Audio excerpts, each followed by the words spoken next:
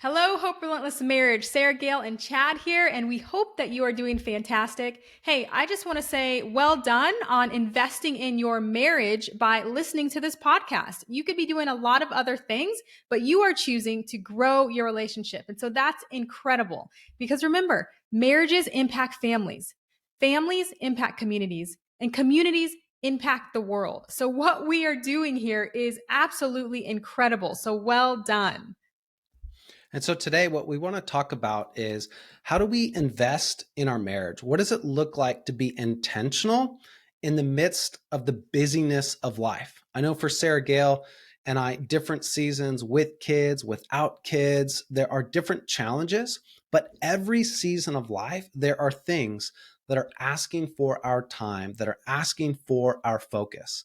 And Sarah Gale can share a little bit in a moment as she counsels couples, but there's a common theme: marriages that prioritize time together compared to Mhm. marriages where they're constantly reacting to the demands of life. There's a significant difference in their particular relationships. Right. Because the thing is, we all want that connection. We all want that marriage where you just look into each other's eyes. The romantic comedy marriage type thing, and maybe we all don't want that, but we all want connection where we can live life with a partner, our best friend, and just really enjoy the day to day. Yet we don't create the margin to have that connection. And so there's this mentality that goes around where it's this thought that I can do it all.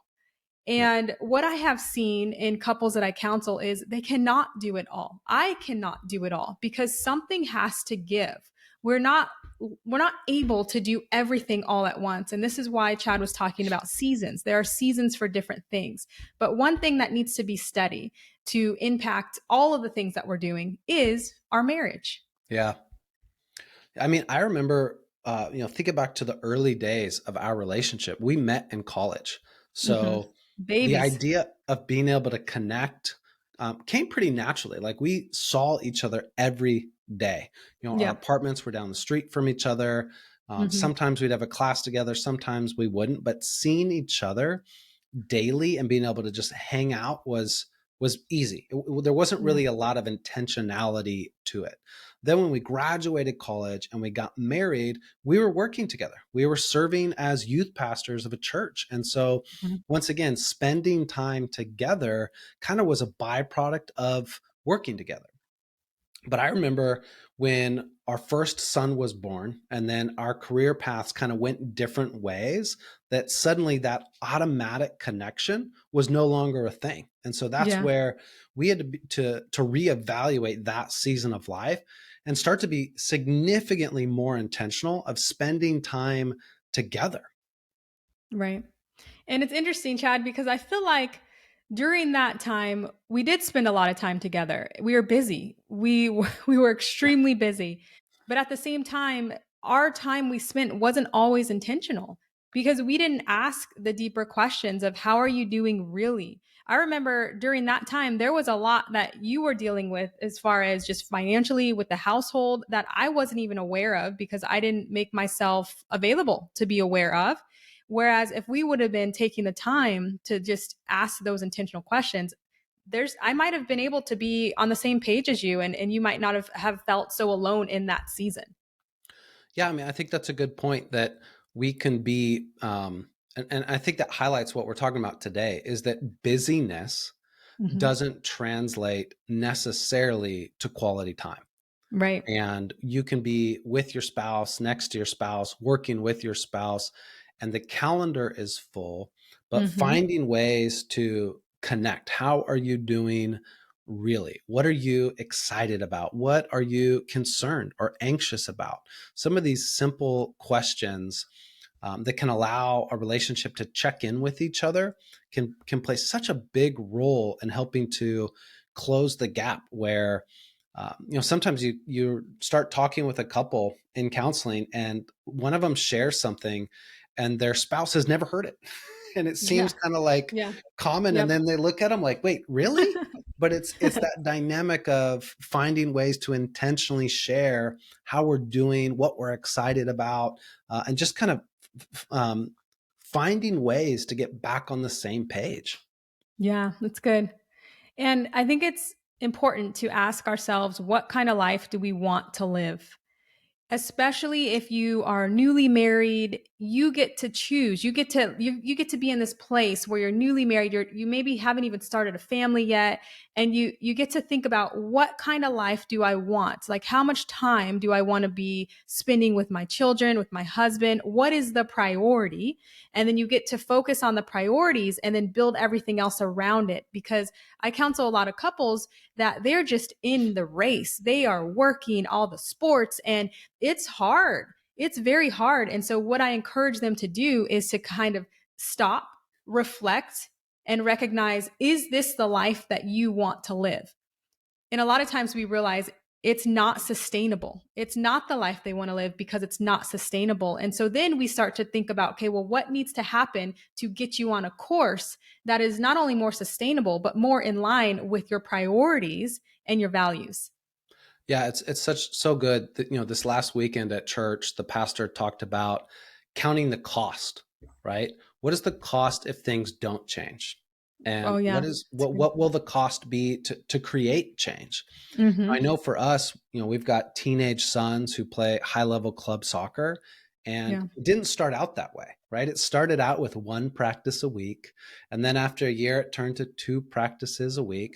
And then before you know it, it's four practices a week. Sometimes those practices are far away. And then it's games on Saturday and Sunday. But Ugh. it progressed from games down the street to games in another state. And so all of a sudden, this is kind of what can happen in life. There's this creep where something starts out occupying a certain part of our calendar, but it grows. And so that's why it's so important for us to periodically take a look back at our calendars, take a look back at our values, and make sure they're in agreement. And sometimes, yeah, they're in agreement. More often than not, we've discovered that adjustments and tweaks, some of them are minor and some of them are major, where it's like, look, we got to prioritize these areas so that you and I are connecting and Mm-hmm. feeling a level of connectedness and friendship and some of those things, but also looking at uh, the kids' activities. It's so Mm-hmm. easy when we have kids and as they get older for their activities to really control the whole calendar. And it's just something for us to be aware of. Yeah. And I think for those of us who do have kids, I think sometimes we feel like martyrs as parents, where it's like, oh, anything for the kids. Yeah. And anything, including our marriage, because we think that, they're helpless and they're so cute and they can't help themselves, even though they don't listen to me a lot of times. They can't help it, or whatever it may be. However, we excuse our children and give them grace, we don't give the same grace typically to our spouse. And a Yeah. lot of times we not only don't give them the same grace, but then we expect them to deal with more in the way of our absence, in the way of our lack of attention, and they're met with less grace. So it's out of balance there, because the hope is we can give attention and grace to both. But when it comes to marriage, that is priority. That is our covenant relationship. We train our children to grow up and to leave and to start their own family. But the hope is when they leave, our spouse will stay and we'll Yeah. continue to live life together. Yeah. As the kids leave the house, hopefully we're not looking across at our spouse and being like, who is this stranger that is in my home? It's so common. It's so common. Well, and I think one of the reality is, when you think about time management, when you think about goal setting, one of the things Mhm. that is talked about is being able to distinguish the difference between something that is urgent and something that is important. And That's the good. reality is, our marriage is most of the time going to fall in the important category and not the Mhm. urgent. If it's truly, truly urgent, then we've potentially found ourselves in a difficult situation. Maybe somebody's Mhm. giving the other one an ultimatum. This needs to change now or the relationship's over. Yeah. Obviously, we want to give our marriage the attention it deserves before we hit that point. But then we have to be aware that because something is important, urgent things will constantly try to bump important things off the calendar. And it's Always. it's it's so important that we're aware of that. And so, we create these meetings, these appointments to deposit in our marriage, and we don't move them. Like, yeah, could there Mhm, be some flexibility here and there? Obviously. But there needs mhm. to be a standard of what we're doing and when we're doing it. And if we can't answer that question, then it's probably a sign that, stuff has kind of fallen by the wayside and other stuff has taken over. Right. And so we know that it's easier said than done. We Yeah. we live this life, but at the same time, there's no magic pill to connecting with your spouse, to growing with your spouse. There's nothing that that that we're able to do other than put in the time, put in the work and the intentionality to make it happen. Because as we can see, our culture, our world, our jobs, they don't exist to sow into our marriages. Yeah. They don't ask us, how are your how are you doing really? How's your marriage doing? Do you need a day off to just go on a date with your partner? I think you need to spend time with your spouse, right? That's not how our world works. And so if we don't protect the time, no one will. And I think that's what we hope you listening gain from this podcast, because sometimes it only takes hearing it and hearing a different perspective and recognizing, wow, this is important. It's not just going to fix itself over time.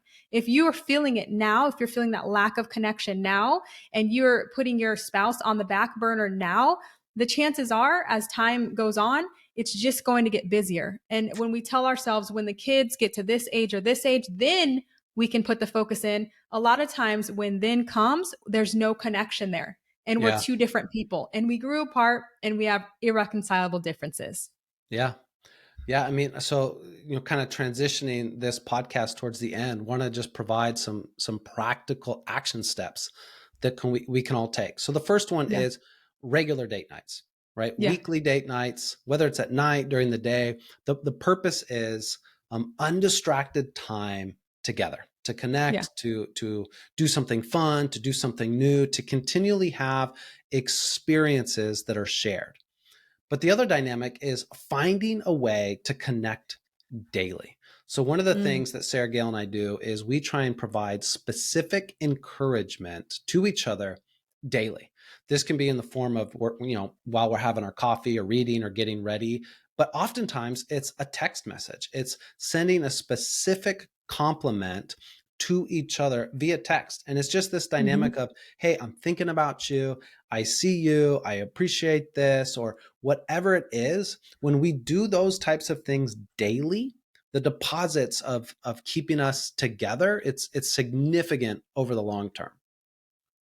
Right, especially in our day to day, because many of us, we got a lot going on, and a lot of it's good. A lot of it's good stuff, but sometimes we forget to make those deposits or those connections with our spouse. And so, just an example to kind of just encourage Chad and how he appreciates me and the consistency that he does that.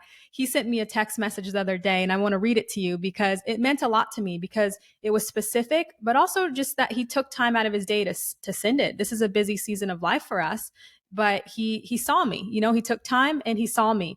And so he says, "Love you. I see you every day, so it can go unnoticed. But the leader, confidence, and communication growth you have experienced over the years is incredible. You have put in a lot of effort and it shows." And so that still makes me smile. And I have this on my phone and I go back to it every now and then when I need that encouragement. And so this is the power we have as spouses to just encourage our spouse as we appreciate them consistently. And that's an example where it takes intentionality, but probably start to finish, that's probably a 60-second text, right? Yeah. And so, I'm and now, gushing over it, yeah, sharing it on a podcast.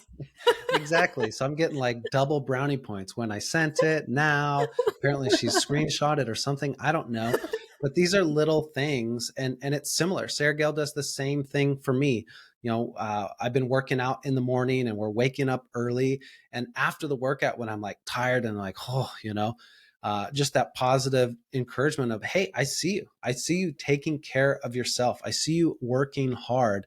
And I just kind of sit there and I get this like cheesy grin on my face, but it matters. It's a meaningful deposit when we use specific words to show appreciation, respect, encouragement. And it keeps us connected from date night to date night when we can share these little moments throughout the day. It reminds us that we're on the same team in this thing. Like, we're Yes. not Yes. competing against each other. We're not comparing against each other. Yes. We're not trying to manipulate and shift workload to the other person. We are on the same team. And some of these intentional actions help remind us that, hey, we're team Galbraith, right? We're on this Team team Galbraith. together. What?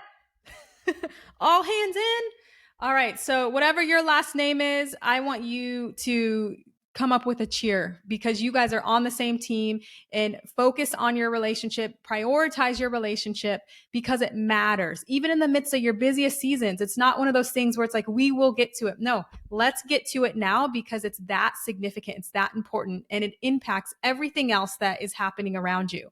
And so, last thing I want to say is if you are in a relationship that seems like there is no hope, I want to encourage you to keep on keeping on, to continue to grow, to continue to invest in your relationship. Do what you can do to grow yourself, and just have the hope that comes from consistently sowing into your relationship, consistently being intentional. And remember, there's always, always hope.